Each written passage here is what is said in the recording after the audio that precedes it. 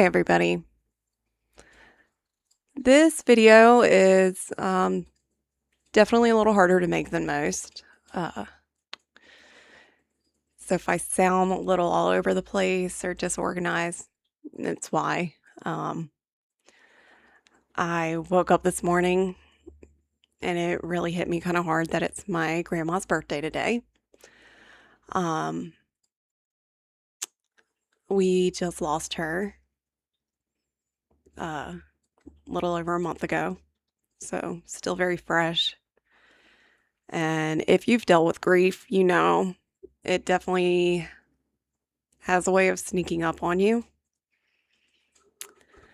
I immediately thought, I don't really feel like making a video today or really doing much of anything, but I should celebrate her somehow. The idea of recording a video today seemed honestly kind of daunting, um, but I'm determined to stay consistent because that's a promise I made to myself, and she would want me to keep that. So I thought about the things that Ma loved and thought about something I could do to honor her in a way, and immediately thought about doing something around the water. So I thought maybe I'll go on a hike or go to the waterfront down the road and just see what I can get myself into, record the video, record the experience, and just put that as my video today with something, kind of in the background. So I did some research and I found a place down the road that rents kayaks and paddle boards for $29 an hour, which is pretty good around here. It's right down the road and I could literally walk to it if I wanted to. My boyfriend was at work. The weather wasn't super sunny today. Didn't look like a lot of people were out. It was still kind of early. And I thought, if I'm going, now's the time to go. But then, this toxic brain of mine had a thought. Well, what if my boyfriend wants to go? Will he be upset if I go without him? If I call him, he's just going to tell me to go. But how do I know that he's actually supportive and that I haven't hurt his feelings for, you know, just waiting till he gets off and then bringing it up?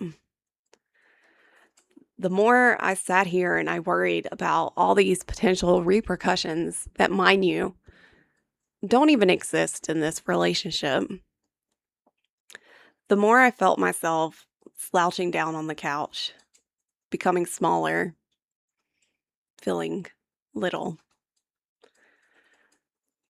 Next thing I know, it's 12 p.m. My boyfriend's walking into my apartment and he wakes me up. I had just fallen asleep. Avoidance. Right. My number one defense mechanism. It had won again.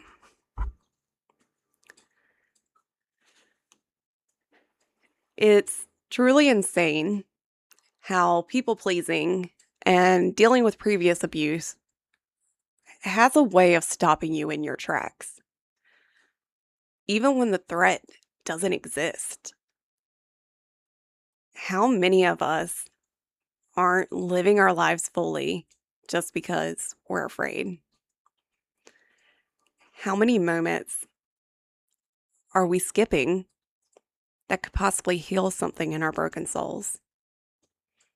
And how many of us stay broken just because we're afraid of breaking something in someone else?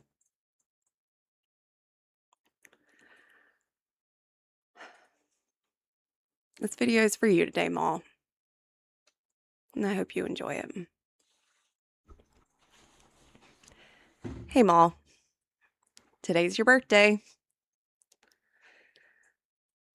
I caught myself reaching for the phone to call you like I always do. if I'm not with you already. And then I remembered I can't. And it's still hard to truly comprehend that that's true because how can it be true when there's still so many things that I need to tell you? There's so many things I want to talk to you about. There's so many things I still need advice on, and I can't call you.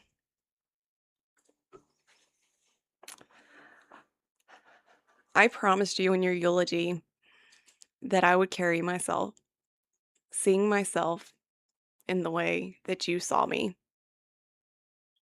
and I'm determined to keep that promise. I just don't know how.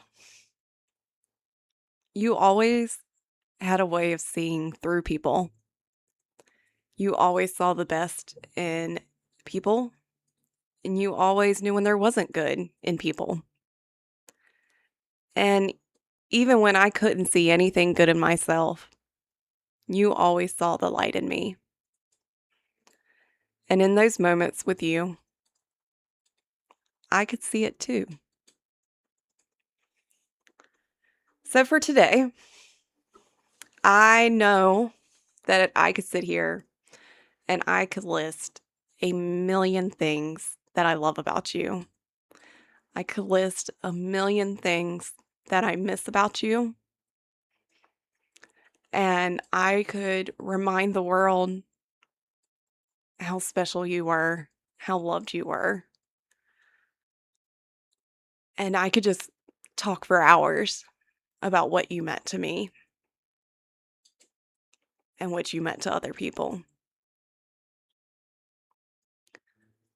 But the people that truly knew you, they know. And me sitting here talking about all those things, it wouldn't surprise anybody, not even you. So, surprise! I'm going to list 10 things that you loved about me that maybe I love about me too. 1, I always keep my promises, even when they're hard. A pinky promise is basically terms for signing over your soul if you break it. And if I ever break one or have broken one with you, I promise it wasn't easy. And I promise it's something I'll never forget. 2, I don't give up on people. I see the best in everyone. And I truly believe that there's good in most people.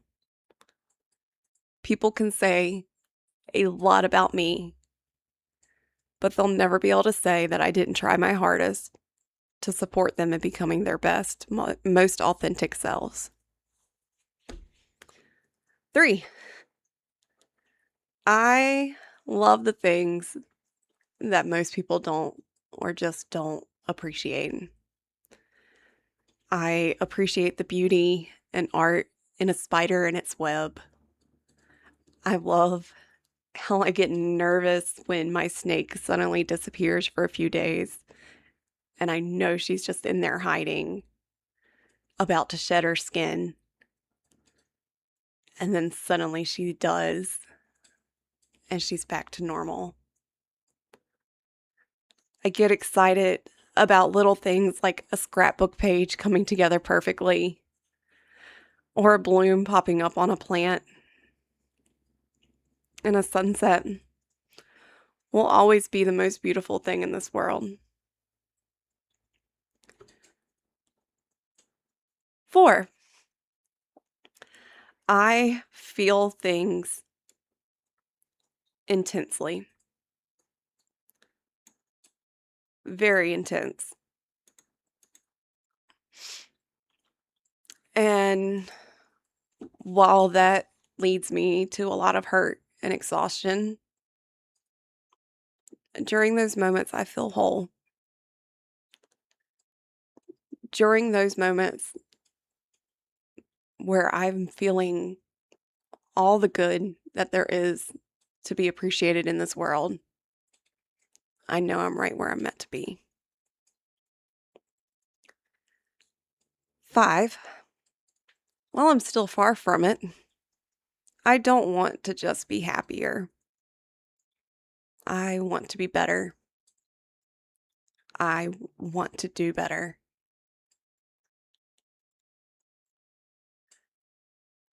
I want to become the best version of myself that there can be. And I recognize that I'm not perfect. I recognize that even I, as hard as I try, have done things that have hurt people. Um, but I genuinely want to be better. I want to do better.